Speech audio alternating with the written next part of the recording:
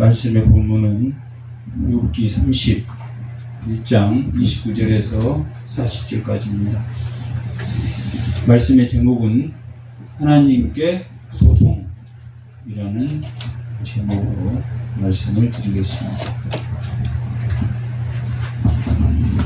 욥기는 볼 때마다 참으로 어려운 책이구나, 어려울 수밖에 없는 책이구나 라는 것을 느낍니다.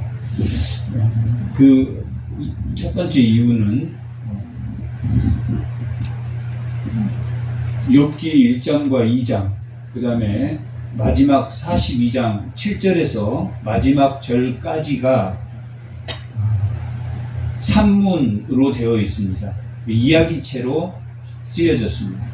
그리고 3장에서 42장 6절까지는 문문으로 기록되어 시 형태로 기록되어 있습니다. 시 형태로 기록되어, 우리가 시를 읽으면 박두준 시인이나 김소월 시인이나 어떤 두 시를 비교해 가면서 읽은다면 그 내용이 참으로 문문 자체가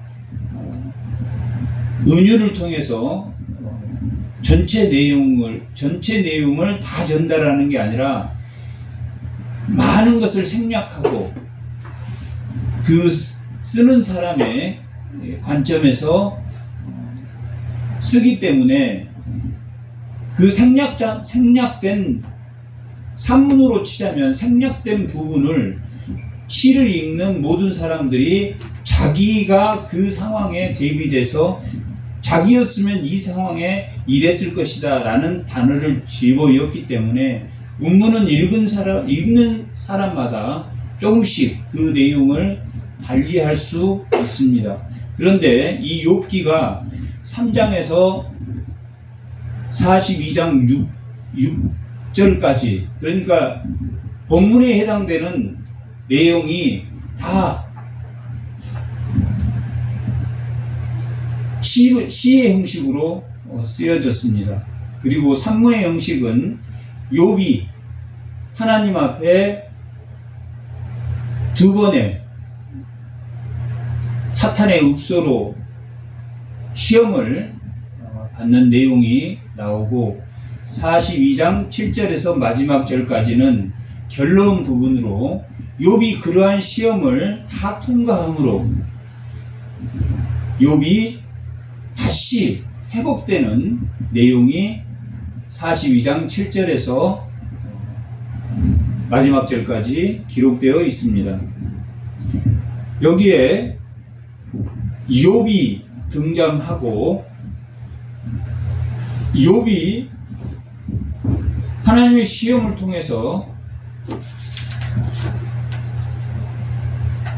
재물에 대한 시험을 첫 번째, 재물과 물질에 대한 모든 것에 대한, 자녀들이 다 죽고 양이 죽고 나귀가 죽고 소가 죽고 낙타가 죽는, 다 종들도 죽고 이러한 모든 물질에 관한 시험을 받고, 두 번째는 무슨 시험을 받습니까?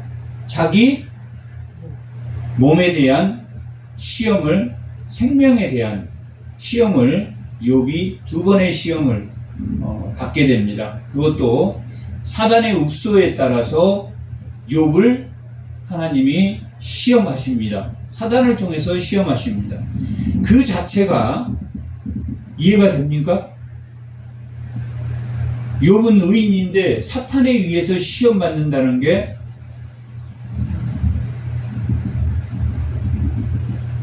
성경의 잠언적 지혜나 성경의 전체적인 하나님의 근원적인 복의 근원인 인과응보에 대한, 늘 선하게 행동하면 반드시 그 결과가 있다라는 인과응보에 대한 결실이 아닌 참으로 하나님 앞에 의로운 사람이었던 욥, 오늘 본문에 나오기도 하지만 이스라엘 백성이 뭘 지키지 않았냐면, 가장 지키지 않았던 것이 안식년과 뭘 지키지 않았다고 그랬습니까? 희년을 지키지 않았습니다. 욥이 140세까지 살게 되는데, 희년은 몇 년에 한 번씩 옵니까? 50년 만에 희년이 돌아오게 됩니다.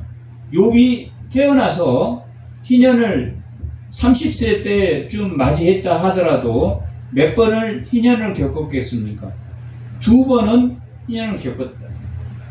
근데 욥은 희년을 유일하게 이 성경에서 희년을 지켰을 것으로 볼 수 있는 구절이 나와 있는 게 욥밖에 없습니다. 그만큼 욥은 당대의 의인이었습니다. 욥의 시기는 족장시대, 140세까지 살았던 게 족장시대였기 때문에 아브라함이나 이삭이나 야곱이나 모세까지 어느 그 시점에 족장시대에 욥이 살았을 것이다. 이 기록이 되었을 것이다. 라는 게 보수적 관점이고, 또 포로기 이후에 그 백성들이 포로기 때 어떤 경험을 했겠습니까? 욥과 같은 경험을 했을 것이라. 그러니까 이 시기를 두 시기로 보는데, 보수적 입장에서는 족장시대 어느 한 시대, 아브라함 시대를 지난 어느 이삭과 그 어떤 사이에 욥이 있었을 것이다 라고 보는 견해가, 저는 그 견해에 따르고 있는데, 어느 쪽이라도 뭐 포로 후기다 아니면 족장시대라 어느 시점이라도 욥의 이 당한 고난은 엄청난, 정말 견딜 수 없는, 자식이 아들이 몇 명입니까? 아들이 7에 딸이 몇 명이었습니까? 3이었단 말이에요. 완전 수인 7, 아들이 7명이다 그러면은 완전한 복을 받은 그런 사람이구나 라는 것을 우리가 볼 수 있는데, 가정적인 복도 받았다. 그가 이러한 모든 복을 받았던 것은 잠언적 지혜로 보면 뭐 했기 때문에 이런 복을 받았다고 볼 수 있습니까? 하나님의 말씀에 충실했기 때문에 이런 복을 받았다고. 그러나 욥기는 그렇지 않습니다. 1장과 2장은 사단의 읍소로 하나님이 복을 주셨기 때문에 저렇게 의롭지, 하나님의 복을 뺏어간다면 욥이 과연 의롭겠습니까? 라고 하나님이 읍소하자, 그 생명은 건드리지 말고 그런 모든 것을 허락한다 라고 했을 때, 양 7,000마리, 낙타 3,000마리, 소 500결이, 그 다음에 암낙이 500결이를 다 어느 날 일시에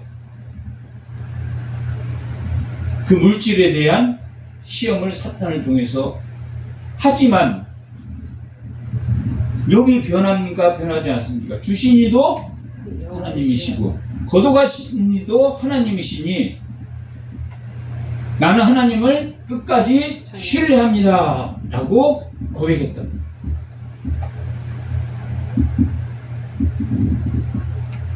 그런 욥이 그런 고난을 받았을 때 누가 찾아오냐면, 누가 찾아옵니까? 세 친구가 찾아옵니다. 엘리바스도 엘리후라는 사람도 그때 함께 왔을 것으로, 이 세 사람의 논쟁에 참여했을 것으로 봅니다. 왜 그러냐면 32장부터 36장까지 엘리후의 이야기가, 엘리후가 하나님을 대변하는 말을 나오는데 세 친구의 이야기를 다 들었던 것으로 우리가 보기 때문에 세 친구가 찾아오고 누구도 왔습니까? 엘리후도 왔단 말이에요. 세 친구는 이름이 엘리바스, 그 다음에 누굽니까? 빌닷, 그 다음에 소발. 엘리우스, 빌닷, 엘리바스, 빌닷, 그 다음에 소발이라는 세 친구가 찾아옵니다.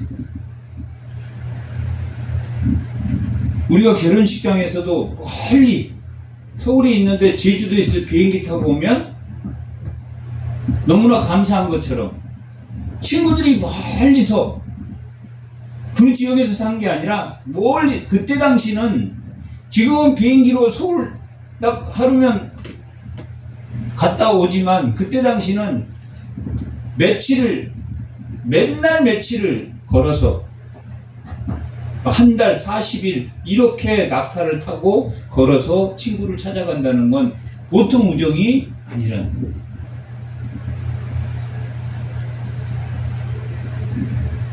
그래서 이 세 친구를 보면 정말 우정은 좋은데 하나님이 42장 7절 8절에 세 친구가 잘못됐다라고 지적한 것으로 보아서 세 친구가 정말 그 마음은 친구를 위로해 주기 위해서 왔지만 위로의 말을 건네지 못했다. 이 세 친구와의 논쟁을 4장에서부터 시작되는데 4장에서 14장까지 11개장을 통해서 4장에서 14장까지 1차 논쟁이 끝납니다. 그 다음에 제2차 논쟁은 15장에서 21장까지 7개 장을 통해서 제2차 논쟁을 하게 됩니다. 22장에서 26장까지 3차 논쟁을 하게 되고 욥이 25장까지 해서 3차 논쟁을 하게 되고 26장부터 오늘 본문 31장까지 6개 장을 통해서 욥이 답변하게 됩니다.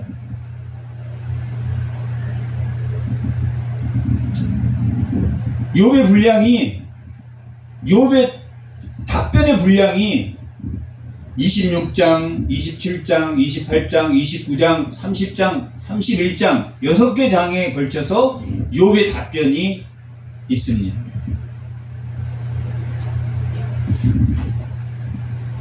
(26) 장하고 27장은 3차 논쟁에 대한 답변이고 28장은 답변이 6개 장이 있는데 그 욥의 6개 장의 답변이 전체 답변을 다 담고 있기 때문에 소발의 엘리바스, 소발, 빌닷, 소발 이 세 친구들의 이야기의 답변을 다 포함하고 있기 때문에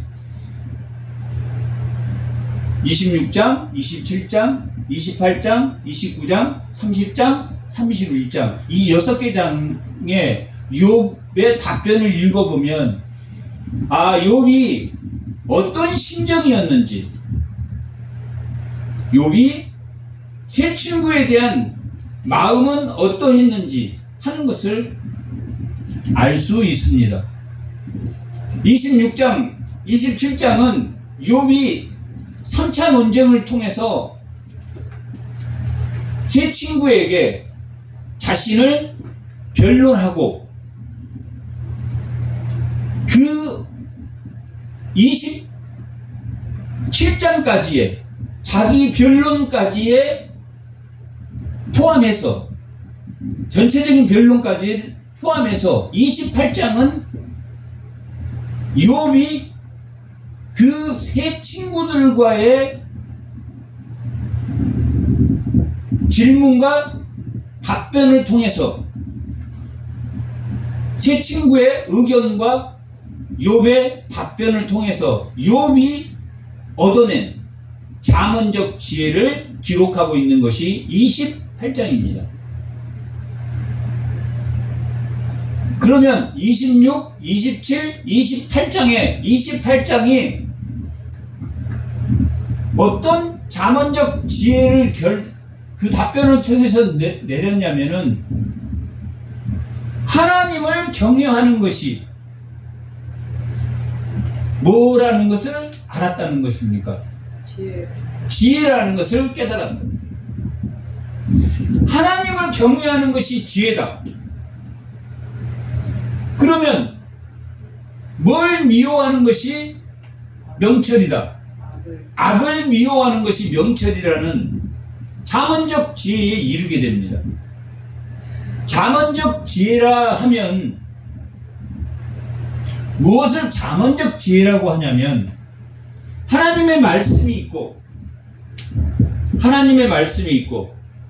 그 말씀은 맞다 틀리다 맞다라는 것을 설명해 나가는 것이 잠언적 지혜입니다. 하나님의 말씀은 맹목적으로 맞다 틀리다 맞다라는 것이 잠언적 지혜라고도 하고 연역법적 지혜라고도 합니다. 연역법이라는 것은 진리가 있고 진리를 설명하는 형태. 이것은 진리다. 하나님 말씀은 무조건 진리다. 연역법적. 귀납적 진리는 헛되고 헛되다. 인생은 헛되고 헛되다. 그런데 주를 믿는 것은 헛되다 헛되지 않는다. 헛되지 않다. 인생은 헛되는 건데 마지막 결론 주를 믿는 것은 헛되지 않다라는 것을 하는 것을 뭐라고? 귀납적. 이렇게 보니 하나님을 믿는 것이 진리더라. 이 말씀은 진리다라고 설명하는 것이 귀납적 진리입니다. 전도서와 욥기는 어떤 걸 택하고 있냐면 지금 어떤 걸 택하고 있습니까? 귀납적 지혜를 택하고 있다. 그래서 28장은 누구의 결론입니까?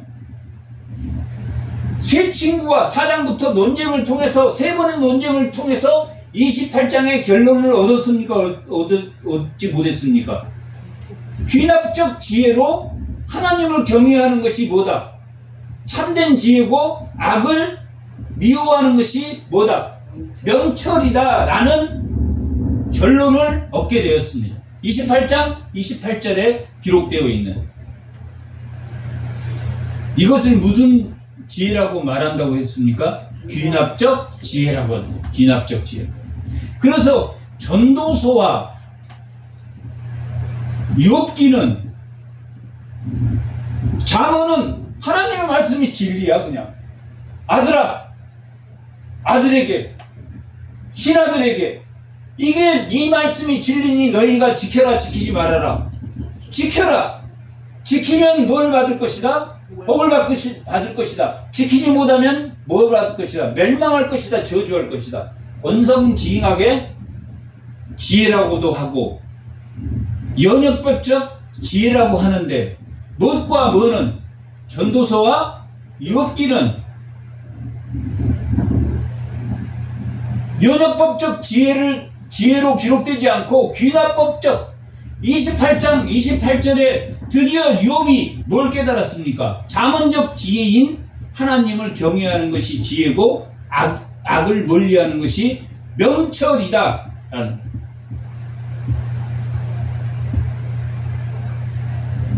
종교적 지혜와 하나님을 경외하는 것이 지혜다라는 종교적 지혜와 악을 멀리하는 것이 명철이라는 윤리적 지혜를 두 가지 다 세속적인 모든 윤리적 지혜와 종교적 지혜를 욥이 깨달았습니까? 깨닫지 못했습니까? 언제 몇 장에서 깨달았습니까? 28장 결론에서 깨달았습니다. 28장이 결론이라 결론.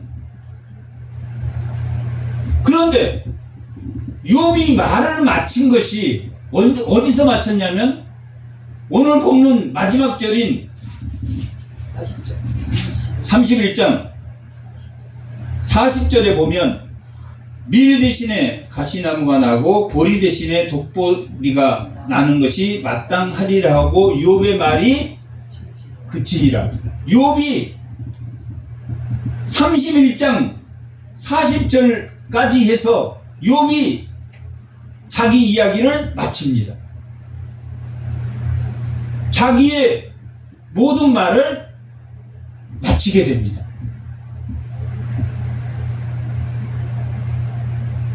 그래서 26, 27, 28장 해가지고 28장에 욥의 자문적 지혜를 마쳤다면 거기서 욥이 말을 그치니라 결론을 냈으니까 하지 않고 31장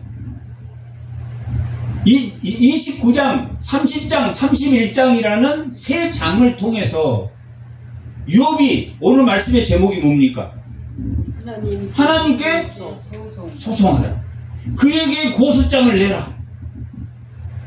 친구들아, 그에게 고소장을 내라 라고 설명하기 위해서 29, 30, 31장의 내용을 기록해 놓고 있습니다. 28장 28절로 자문적 지혜, 귀납적 지혜를 욥이 설명한 이후에 하나님에게 소송하기 위해서 하나님께 자기가 하나님께 소송장을 쓰려면 자세히 써야 됩니까? 안 써야 됩니까? 그러면 뭘 써야 됩니까? 하나님의 소송할 때 첫 번째, 자기를 설명해야 돼. 나는 이런 사람이었습니다. 하나님 앞에 소송장을 쓸 때 29장의 내용입니다. 자신의 과거에 대해서 29장은 나는 지난 세월과 하나님이 나를 보호하시던 때가 다시 오기를 원하노라. 그때에는 그의 등불이 내 머리에 비추었고 그가 빛을 힘입어 그의 빛을 힘입어 암흑에서도 걸어 다녔는지라. 하나님의 빛을 통해서 자기가 하나님이 걸어가라고 하는 그 길대로만 걸어갔다. 귀가 들은즉 11절 귀가 들은즉 나를 축복하고 눈이 본즉 나를 증언하였으며 이는 부르짖는 빈민들과 도와줄 고아들을 내가 건졌음이라. 망하게 된 자도 나를 위하여 복을 빌었으며 가부의 마음이 나로 말미암아 기뻐 노래하였노라. 나의 의의 옷으로 삼아 입었으며 나의 정의는 겉옷과 모자 같았느니라. 욥의 과거를 지금 진술하고 있는데 뭐 때문에 진술하고 있다고요?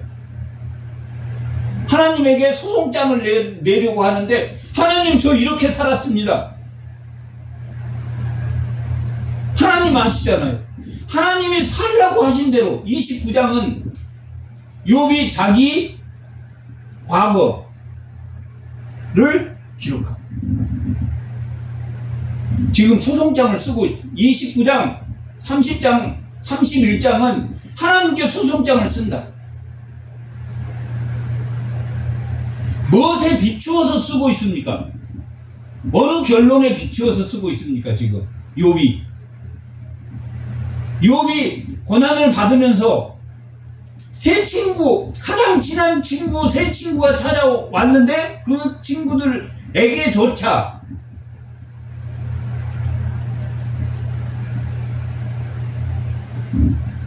소외를 당한 이 욥이 오직 친구에게 의의가 있다, 아니면 오직 누구에게만 의의가 있다? 하나님에게만. 가장 참 친하고 정말 칼로 그 몇 날 며칠을 걸어서 찾아온 그 친구들로부터도 의심을 받았다, 의심을 받지 않았다. 의심을 받았다. 너 잘 생각해봐. 너 잘못한 것이 있을 거야. 죄를 짓지 않고는 하나님이 절대 벌 주시지 않는 분이시다. 죄를 짓지 않고도 우리가 고난을 받을 수 있다, 없다? 있다. 모든 사람들은 100% 죄가 있어서 벌을 받지만 욥의 경우는 그렇다.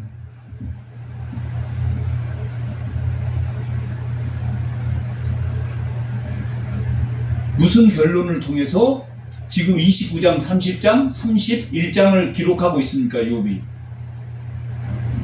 귀납적 지혜인 하나님에게만 의의가 있고 악을 따르지 않는 것이 명철이라고 결론을 내린 28장 28절의 그 말씀을 기초로 해서 하나님께 소송장을 쓰고 있습니다. 그래서 29장은 자신에 대해서 쓴다. 나 이런 사람이었습니다. 가난한 사람을 보면 제가 돌봐주었고, 나그네를 보면 먹였고, 과부와 고아를 보면 제가 그들을 정말 기쁘게 돌봤습니다.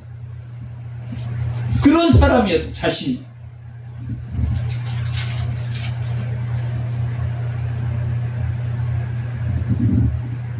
그런데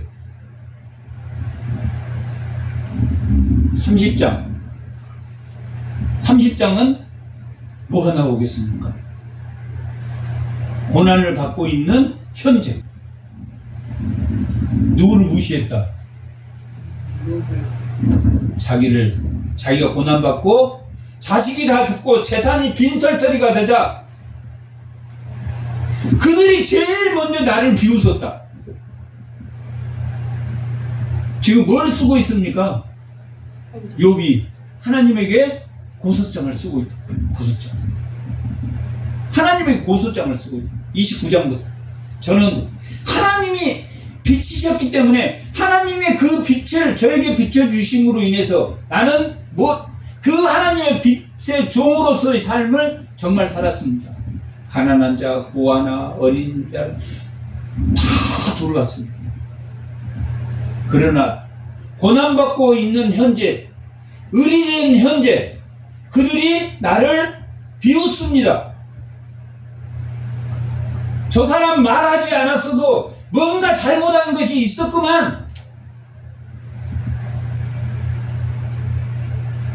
그렇게 비웃는다고 말하고 있습니다.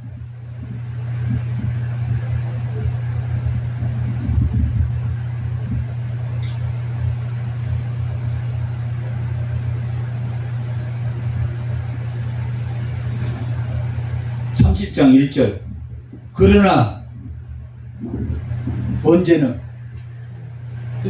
이제는 현재는 나보다 젊은 사람들이 나를 비웃고 그들의 아비들은 내가 보기에 내 양떼를 지키는 개 중에서도 들만하지 못한 자들이었느니라. 그들의 기력이 쇠잔하였으니 그들의 손의 힘이 내게 무슨 소용이 있으랴. 그들은 곧 궁핍과 기근.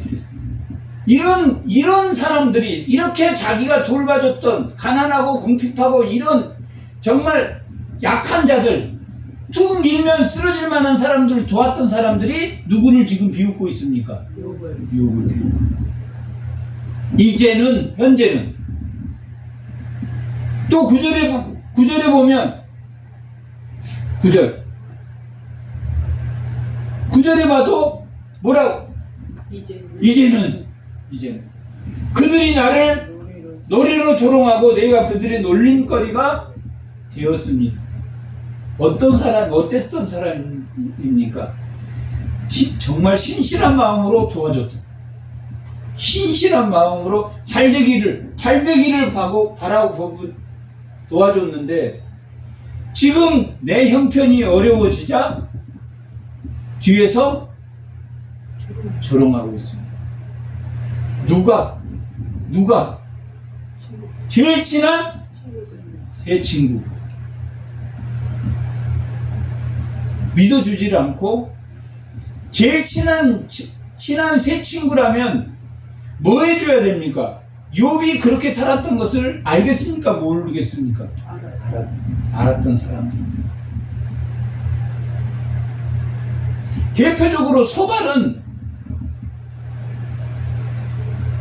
아예 욥의 이야기 자체도 들으려고 하지 않습니다. 엘리바스는 그 중에서 나이가 제일 많은 사람인데 정중하게 뒤로 돌려서 욥을 지적합니다.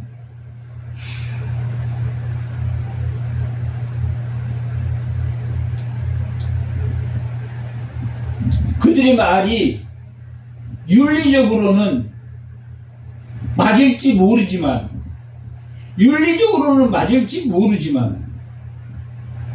누구에게는 해당되지 않는 말이란 이야기입니까? 욥에게는 그 말이 맞는 말이라 할지라도 누구에게는 해당되지 않느냐면 욥에게는 해당되지 않는 말을 한단 말이에요. 그걸 뭐라 그럽니까? 우리가 악담을 한다면 악담을. 왜 그들의 말을 악담이라고 할 수 있냐면 42장 7절 8절에 하나님이 엘리바스와 빌닷과 소발에게 욥에게 번제물을 가지고 가서 그 가져간 번제로 욥이 너희를 용서하는 제사를 나에게 드리게 하나님에게 드리게 하라라고 말을 하게 됩니다. 번제는 뭐 할 때 드립니까? 속죄제를 드릴 때 드린다. 42장 7절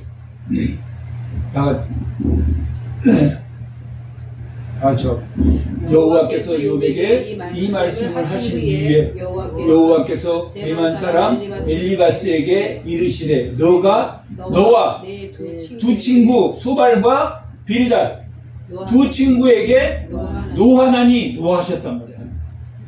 이는 너희가 나를 가리켜 말한 것이 내 종의 욥의 말보다 옳지 못했다라고 말합니다. 옳지 못했다라고 좋게 표현한 것 같지만 옳지 못했다, 틀렸다, 악담을 했다라고 말합니다. 하나님. 왜 그러냐면 그런즉 너희는 숫소 7마리와 순양 7마리를 가지고 내 종 욥에게 가서 너희를 위하여 번제를 드리라. 내 종 욥이 너희를 위하여 받으리니 너희가 우매한 만큼 너희에게 갚지 아니하리라. 이는 너희가 나를 가리켜 말한 것이 내 종 욥의 말보다 옳지 못함이라. 옳지 못했기 때문에 번제물을 숫소 몇 마리라고 그랬습니까? 7마리면 그 다음에 순양 몇 마리라고 그랬습니까? 7마리라는. 근데 레위기에 보면 번제는 회중이 잘못했을 때, 전체가 잘못했을 때, 예를 들면 전체가 어떤 전쟁에 피 묻은 곳을 걸어갔다면 회중이 다 그 피가 몸에 묻었기 죽음을 지났기 때문에 회중 전체가 번제를 드려야 됩니까? 번제를 드리지 말아야 됩니까? 더러워졌으니까 번제를 드릴 때 회중 전체가 잘못했을 때 숫소를 드린단 말이에요. 숫송아지를 드려요. 그 다음에 제사장이 잘못했을 때 숫송아지를 드린단 말이에요. 그런데 지금 뭘 드리라고 말하고 있습니까? 숫소를 드리라고 말하고 있어요. 숫소를 드리는 것은 제가 클 때 드리는 겁니까? 적을 때 드리는 겁니까? 클 때 드리는 거예요. 제사장과 그것도 회중이 잘못했을 때 드리는 번제를 몇 마리를? 7마리. 지금 소 7마리 값이 예를 들면 1,000,000원씩 하면 7,000,000원이에요. 작은 돈입니까? 큰 돈입니까?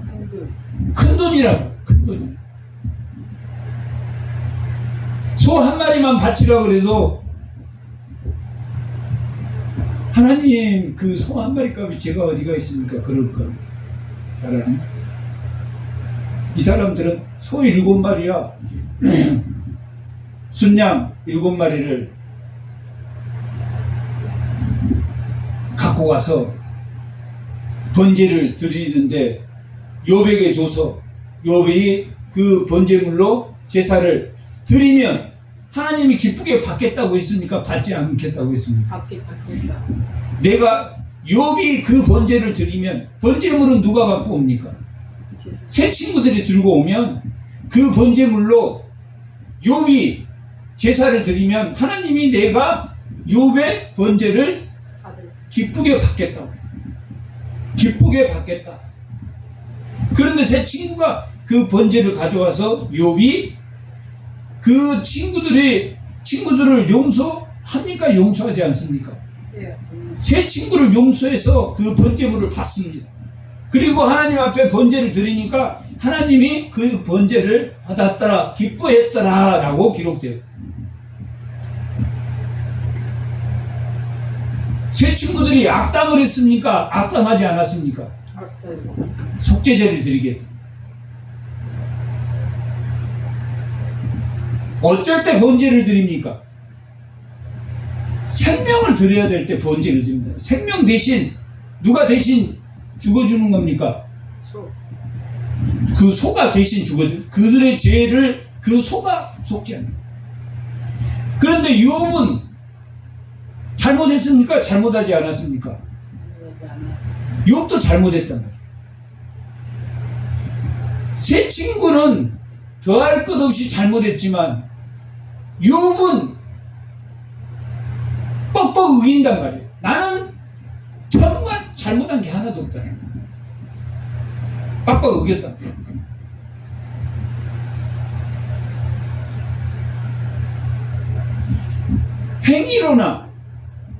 행위로나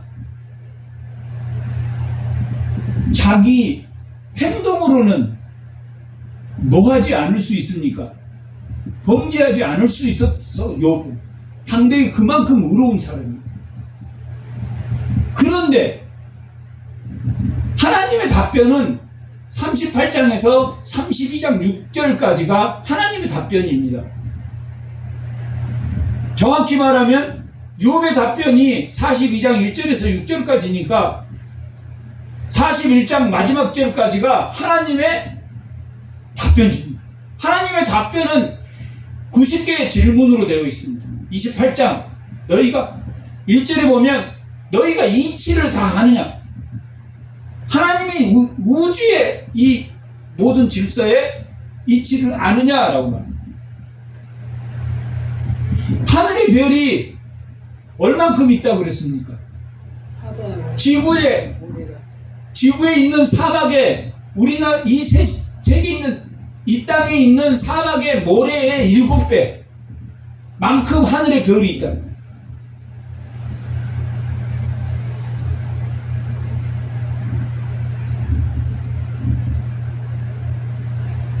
욥이 하나님의 계시를 다 아는 사람입니까? 정말 0.0001밖에 모르는 사람입니까?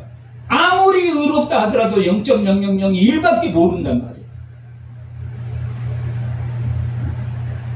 욥의 잘못은 하나님의 이치를 다 모르고 옳은 이야기를 했지만, 옳은 항의를 했지만 하나님의 말씀의 이치를 다 모른단 말이에요. 얼마만큼 모르냐면 이 하늘에 있는 이 우주에 있는 별을 너가 다 아느냐 하나님 질문하신다. 38장에서 41장 마지막 절까지 하나님이 90개의 질문을 하게 됩니다. 너가 해 밝음을 아느냐? 너 달을 뭔지 아느냐? 사물에 대해서 하나님이 아느냐고, 동물에 대해서 동물의 세계를 아느냐? 식물의 세계를 아느냐? 하나님이 식물의 세계만 물어보지 않아요. 이 모든 이 우주의 질서를 너가 아느냐라고 하나님이 질문하신다. 욥이 손들었겠습니까? 손들지 않았겠습니까? 손들었단 말이에요. 그게 42장 1절에서 6절까지의 내용이에요. 욥이 하나님 이제는 귀로만 듣는 것이 아니라 무엇으로도 본다고 말했습니까? 눈으로도 본다. 귀로만 듣는 것이 아니라. 그래도 우리는 하나님의 말씀을 다 알 수 있다, 알지 못한다. 못한다. 그거 욥기의 정의입니다.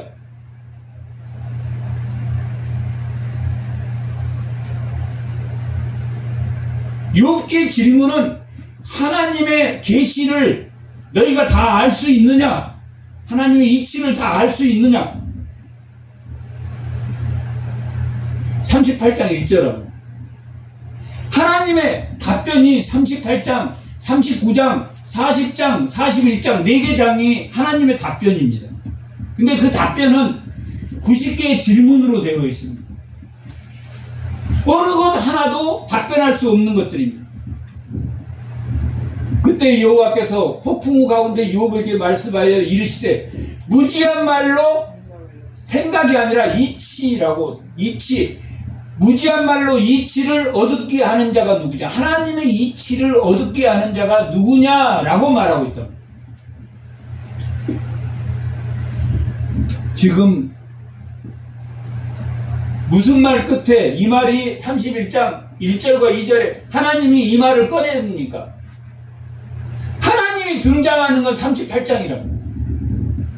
하나님이 등장해서 말씀해 주시는 거, 하나님 직접 말씀하신 것은 38장에서 41장까지 90개의 질문으로 뭐라고 말합니까? 무지한 말로 하나님의 이치를 얻게 하는 자가 누구냐?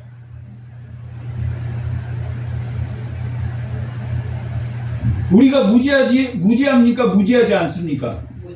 무지막지하단 말이에요. 우리가 무지막지하면서도 아는 척 한단 말이에요.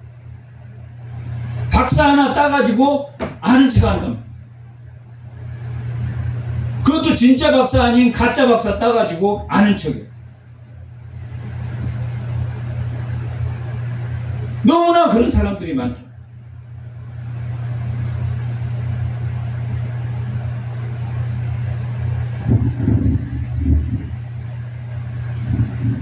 하나님이 지금 뭘 물어봅니까?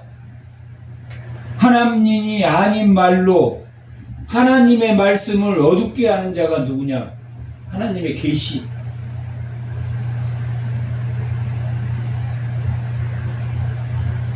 하나님의 계시는 사막에 있는 모래의 개수의 7배나 되는 70회, 해로 따지면 70회는 2에 공이 20개 붙었다. 2에 20승이란 말이에요. 공이 19개 붙어서 20승. 그게 70회. 사막에 있는 모래의 개수의 7배나 되는 그만큼 큰 우주의 하나님의 말씀의 질서를 너가 아느냐라고 말합니다. 여기에 답변할 수 있는 세상에 사람이 있겠습니까? 없단 말이에요.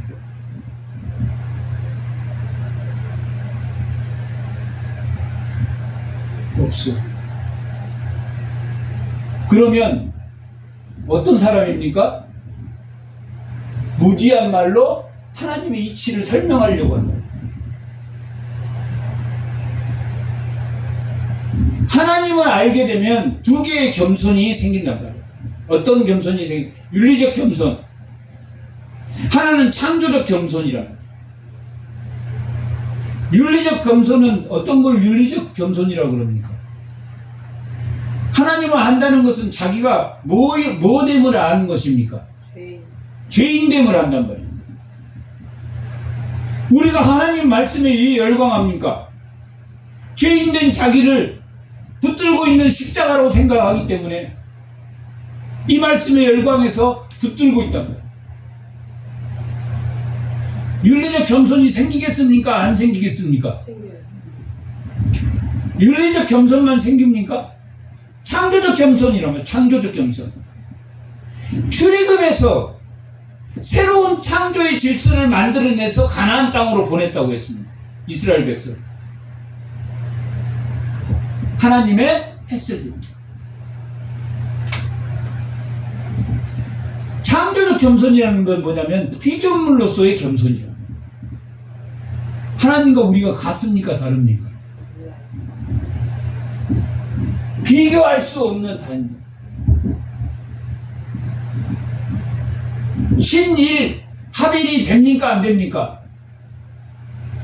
하나님과 우리가 완전히 합쳐질 수 있습니까? 못 합쳐집니까? 못 합쳐진단 말이에요. 못 합쳐져. 피조의 영과 창조주의 영은 같습니까? 다릅니까? 다르단 말이야. 달라. 신비주의는 뭡니까? 신일 합일을 하려고 해요. 하나님의 영과 합쳐져서 자기가 신비로운 존재가 되려고 한답니다. 지금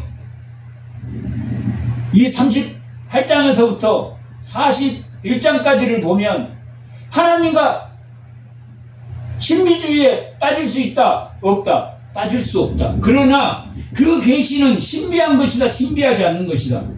신비한 것이다. 기독교는 신비주의의 종교지만 신일합일하는 그 신비주의는 아니란 얘기예요. 하나님은 우리는 도저히 알 수 없잖아요. 그런 점에서 신비주의란 말이에요. 신비하다, 신비주의가 아니라 신비한 종교란 말이에요.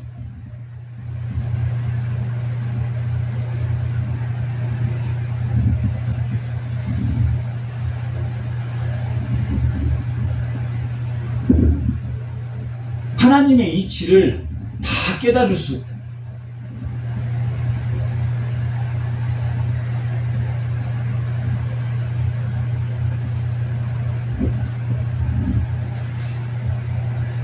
욥이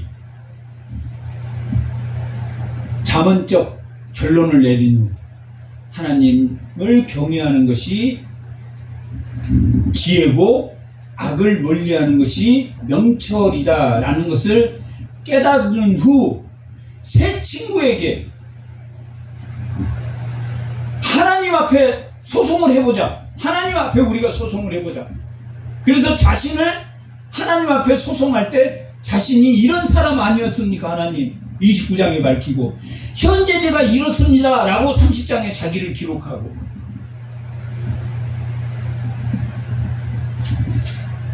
비로소 31장에 하나님에게 소송할 것을 그리고 자신이 어떻게 살았는지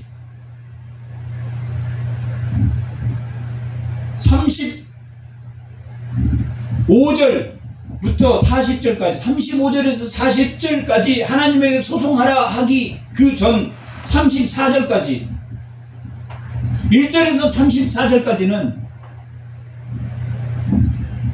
1절에서 6절까지가 1절에서 4절까지가 나는 가정에서 성결했다 성결하지 않았다 나는 가정을 성결하게 지켰다. 욥이 1절 4절에서 내가 가정생활하면서 딴짓한 적이 없다. 음행하는 생각을 가져본 적이 없다. 성결하게 했다. 그 다음에 5절에서 23절까지는 내가 살면서도 성결하게 살았다.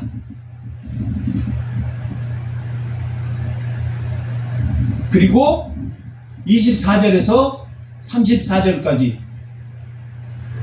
뭐에도 성결하게 살았다라고 나왔을 것 같습니까?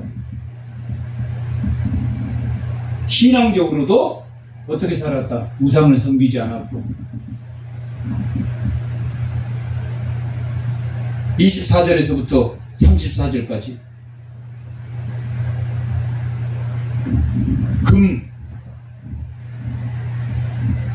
금을 신으로 섬긴 적이 없다.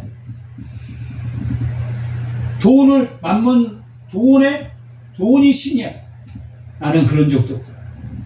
우상을 섬기지도 않았다. 신앙적으로 성결하게 살았다. 첫 번째는 가정에 성결하게 살았다. 두 번째는 삶을 성결하게 살았다. 세 번째는 신앙에도 성결하게 살았다라고 지금 뭘 쓰고 있습니까? 지금 고소장을 쓰고 있다.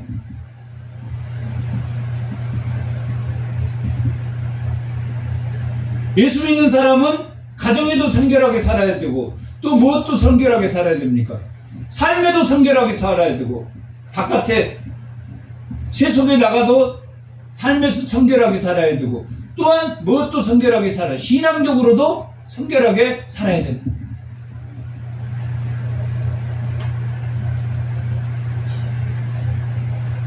자기 마음대로 해본 적이 없어. 자, 35절. 누구든지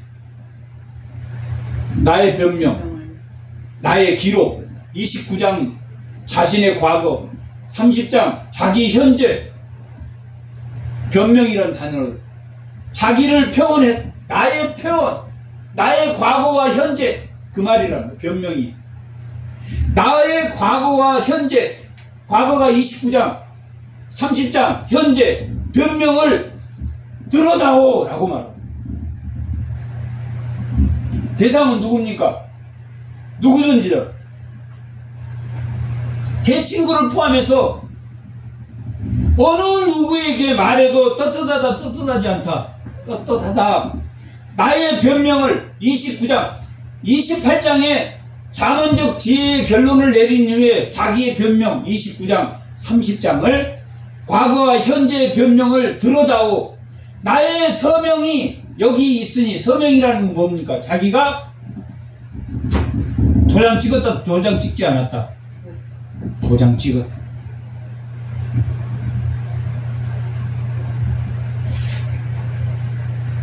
왜 도장이라는 게 나오냐면 31장 1절 내가 내 눈과 약속, 언약이란 뜻이야. 언약. 내 눈과 언약하였나니 어찌 처녀에게 중요. 자기는 누구와 언약했습니까? 하나님과 언약했기 때문에 나쁜 짓을 한다 안 한다? 안 한다. 언약. 이 언약이라는 단어에서 방금 35절 언약했기 때문에, 누구와 언약했기 때문에? 하나님과 언약했기 때문에 죄를 지었다 짓지 않았다? 짓지 않았다. 그것을 어디에 지금 서명합니까? 나의 사인이 여기 있으니 하나님과의 언약에 자기가 서명했다 서명하지 않았다? 서명했다.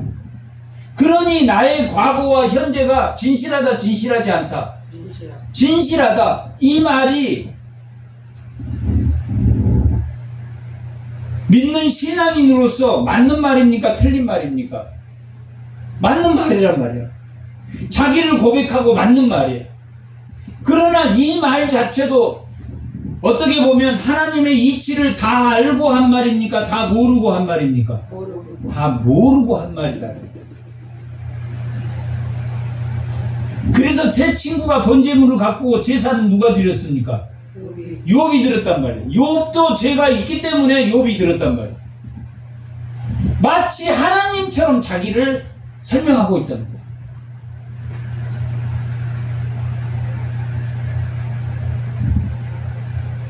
자기가 믿음이 좋고 나는 믿음이 좋은 사람처럼 포장할 때 욥기를 읽어보면 겸손해요. 특히 38장에서 41장까지를 읽어보면 하나님의 이치를 1도 모른단 말이에요. 자기 살면서 몇 가지 개똥체락을 가지고 남의 잘을 지은다. 세속적이다 라고 하는 것은 어떤 게 갑질이라는 것은 그 갑질은 어디에서 나오냐면 자기가 갑이 돼서 갑질이 되는 거 아닙니까? 자기가 뭐한 사람, 우상으로 생각하는 사람의 모양을 흉내내는 것이 갑질이라.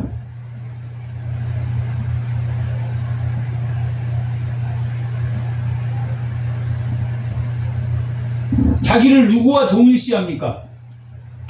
강자와 동일시한다고. 강자. TV에서 나와서 대통령이 하는 거 보고, TV에 나와서 장관이 하는 거 보고, 아, 저게 갑질이구나. 어떤 영화 보니까 자기가 한 사람, 그 사람을 흉내내 계속. 그게 갑질이라.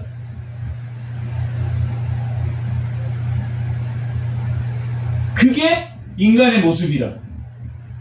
연약한 자의 모습이 뭐냐면, 강한 자 밑에서 그 사람의 권력을 자기의 권력으로 사용하는 것.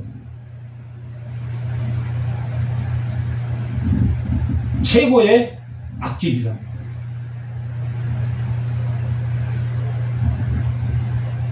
누구든지 인간이 그런 마음이 있지만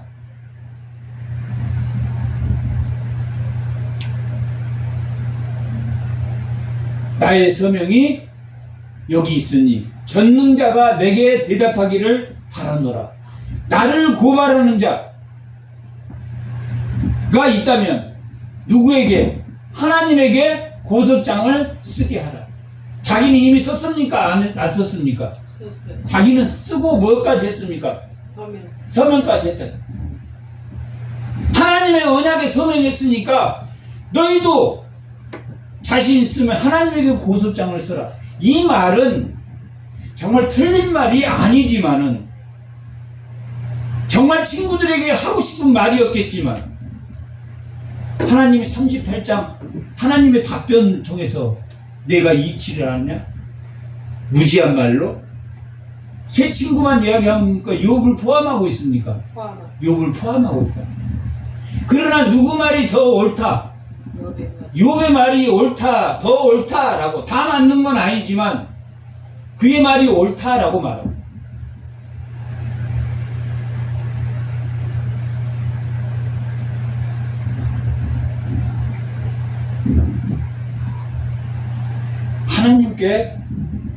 하나님 앞에서 우리가 재판을 받아보자. 나는 서명했다. 나의 과거와 현재를 기록하고 내가 서명했다. 나의 삶의 성결과 내 가정의 성결과 내 삶의 성결과 내 신앙의 성결 앞에 서명하고, 너희들도 서명해서 하나님 앞에 해보자. 누구든지 내 새 친구뿐만 아니라, 새 친구가 그 정도인데, 사람은 믿음의 대상이다, 아니면 사랑의 대상이다? 사랑의 대상. 믿음의 대상이 됩니까? 안 됩니까? 안 된다.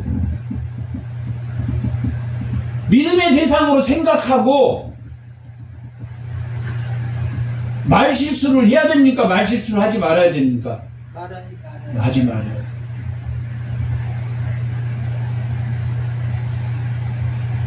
시나리 물론 어떤 이야기를 해도 감당해내는 사람도 있고 그 그릇이 다 다르기 때문에 조금 잘해주면 그냥 자기를 그냥 다 오픈해가지고 그럴 필요는 없다. 그 사랑의 대상이야. 그 사람을 사랑해주는 대상이지.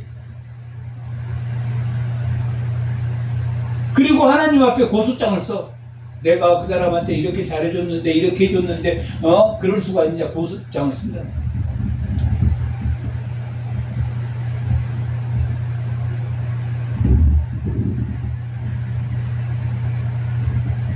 내가 그것을 어깨에 메기도 하고 왕관처럼 머리에 쓰기도 하리라.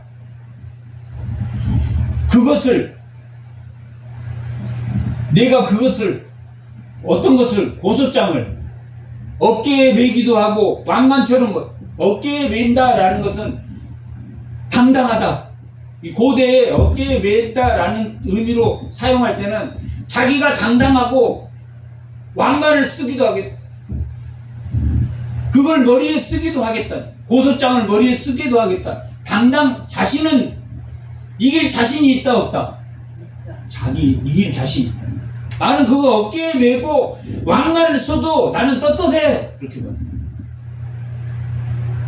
하나님이 볼 때는 하늘에 별 하나도 700회나 되는 그 별 중에 하나도 제대로 모르는 사람이 무지한 말로 하나님의 이치를 설명하려고 하느냐라고 말할 수 있다. 내 걸음의 수요를 지금 썼습니까? 안 썼습니까? 과거와 현재를 썼습니다. 자기의 걸음의 수요를 그에게 알리고 나를 일거수일투족을 다 알리고 왕조처럼 그들을 가까이 하지라. 모든 것을 다 드러내겠다.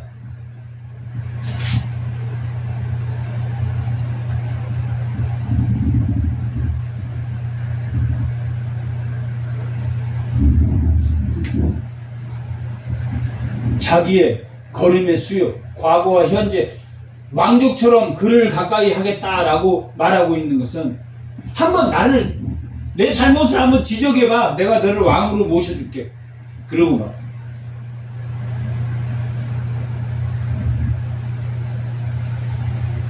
하나님 앞에서는 욥이 건방지지만 새 친구 앞에서는 격한풀이를 하고 있다. 잘못한 게 없다. 그러나 잘못한 것이 없는 사람에게도 하나님이 고난을 주신다, 주시지 않는다? 주신다.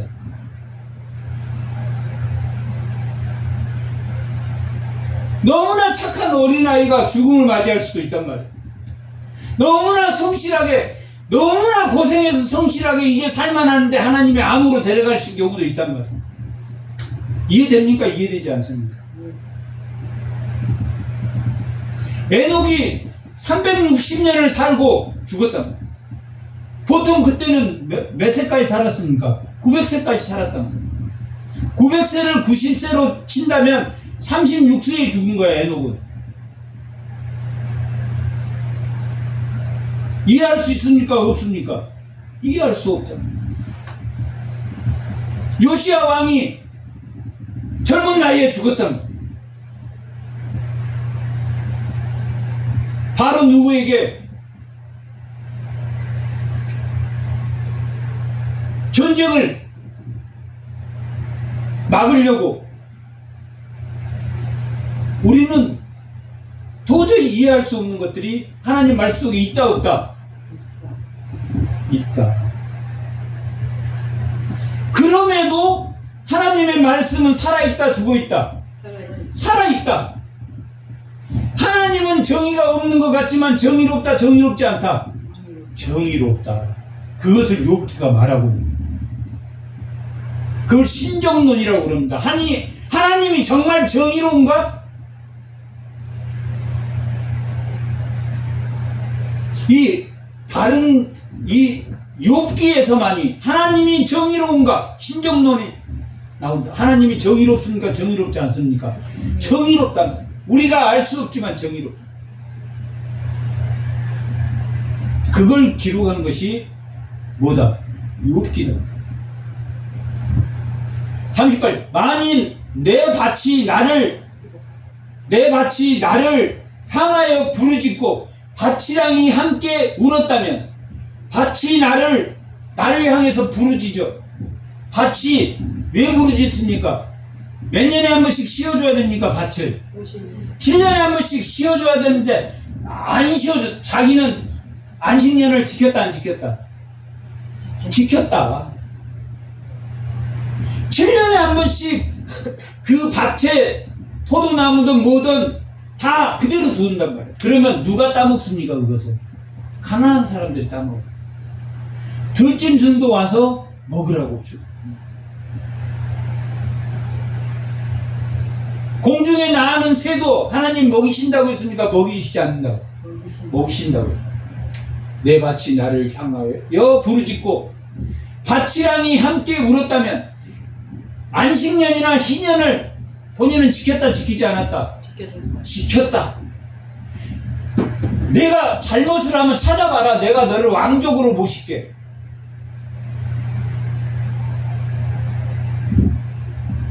만일 내가 값을 내지 않고 소출을 먹고 그 소유주가 생명을 잃게 하였다면,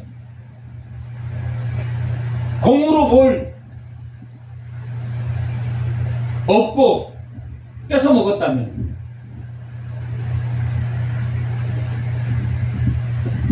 그런 적이 없다. 밀 대신에 가시나무가, 보리 대신에 독버섯이, 이게 뭡니까? 저주란 말이에요. 그러니까 하나님의 저주를 받을 것이다. 독보리가 나는 것이 마땅하리라 하고 욥의 말이 그치니라 했다. 욥의 말이 그치고 나서 누가 등장합니까? 엘리후가 등장한단 말이에요. 엘리후가 등장해서 6장을 기록하고 있습니다. 32, 34, 35, 36, 36, 37 5개 장을 기록하고 있다. 엘리후가 세 친구하고 욥이 하는 이야기를 듣다가 욥이 하나님께 소송하자, 수정장을 내고 하자, 엘리후가 하나님을 대신해서 완충작용을 하고 있는 게 엘리후의 이야기입니다. 세 친구 이야기, 엘리후는 이렇다 저렇다는 이야기가 없이 하나님을 대신해서 엘리후가 설명하지만 그 엘리후의 말도 하나님의 이치를 다 알고 하는 겁니까? 알지 못하고 하는 겁니까? 알지 못하고. 그러나 하나님을 대변하고 있다. 엘리후. 그리고 드디어 누가 등장합니까? 하나님이 38장에서 등장합니다. 그래서 38장, 39장, 40장, 41장 4개 장을 통해서 90개의 질문을 합니다. 다 질문으로 되어 있습니다. 내가 달에 대해서 아느냐, 물에 대해서 아느냐, 얼음에 대해서 아느냐, 홍수에 대해서 아느냐, 바다의 샘에 대해서 아느냐, 산염소에 대해서 아느냐, 들나귀에 대해서 아느냐, 들소에 대해서 아느냐, 타조에 대해서 아느냐, 말의 힘에 대해서 아느냐. 하나님이 90개의 질문을 통해서 하나님의 이치를 너가 다 아느냐. 욥이 자기가 이치를 다 깨달았다고 생각했겠습니까? 못 깨달았다고 생각했겠습니까? 아, 내가 잘못했구나. 내가 아무것도 모르고, 아, 하나님의 뜻을 우리가 알 수가 없구나. 우리는 하나님의 은혜가 존재하지 않는 것 같지만, 인과응보가 없는 것 같지만, 인과응보가 있다 없다? 결국은 있다라는 것을 증명하는 것이 욥기다. 욥기가 쉽습니까? 어렵습니까? 어렵단 말이에요. 볼수록 어렵단 말이에요. 그러나 이러한 기준을 가지고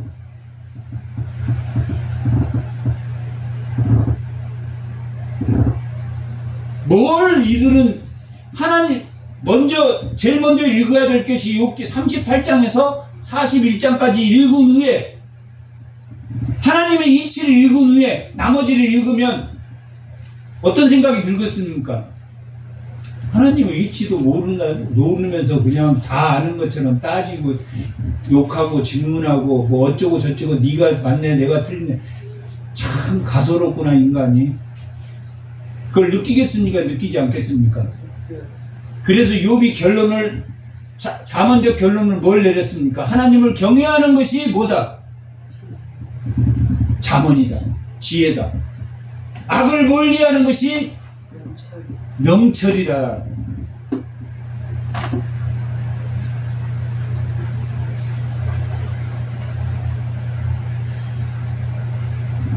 윤리를 따지고 도덕을 따지고 네가 맞네 내가 틀리네 하는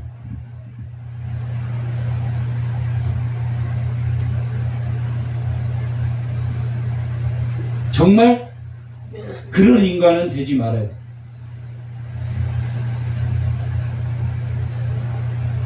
하나님의 이치를 모릅니다. 욥기를 읽으면서 정말 무슨 겸손? 윤리적 겸손과 죄인됨의 겸손과 창조적 겸손, 창조적 겸손이 뭐라고 그랬습니까? 우리는 다 알 수 없는 무슨 뭐다? 피조물이다. 창조주처럼 우주의 질서를 자기를 중심으로 해서 맞추려고 하는 그런